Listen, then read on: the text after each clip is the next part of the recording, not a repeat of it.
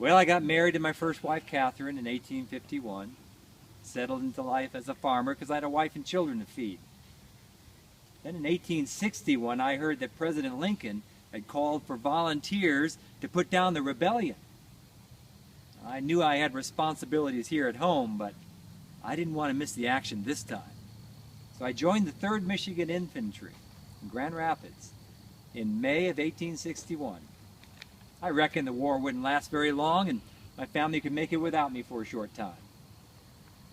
We saw our first real action in the Battle of Fair Oaks, Virginia. And on May 31st, 1862, I lost these 2 fingers in battle.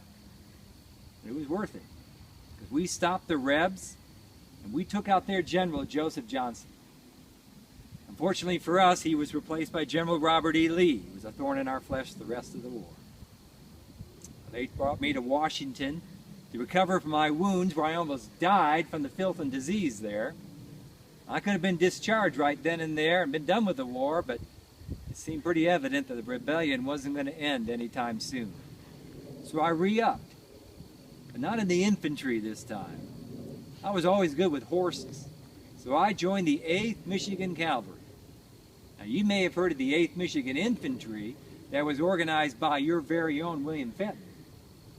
I knew some of those guys, but my marching days were over. Well, we left for Covington, Kentucky in May of 1863, and we saw action in Kentucky and Tennessee.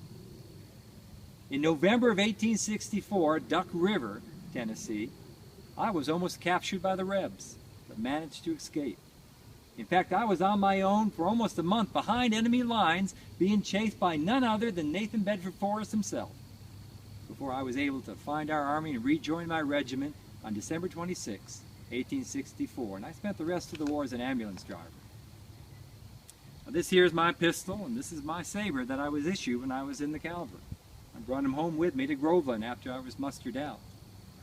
This here musket is similar to the one I had when I was in the infantry, though it's a bit more modern than the one I had in 1861. Well, the rest of my life was pretty routine after my time in the service. I went back to farming, married my second wife, Rhoda, and drove stagecoach from Pontiac to Saginaw. When I got old, I moved to Fenton, to the house on 211th Rigg Street. In fact, Trimmers have lived in that same house since 1905. And that's where I spent my last years, blind, still hurting from my wounds in the Great War of the Rebellion. But one thing I am proud of is the service I rendered to my country. My descendants have been in almost every conflict this nation has been in ever since I first joined the Army in 1847. When duty called, the Trimmers have always been there, and we always will be. Thank you, ma'am. What is the book and what's it open to? This is my Bible, ma'am. Brought me a great deal of comfort. I'm open at the 23rd Psalm. Yea, though I walk through the valley of the shadow of death, I shall fear no evil. For thou art with me, thy rod and thy staff, they comfort me. This is my saber that I had in the cavalry, my pistol. And these are the balls that... Those are replicas.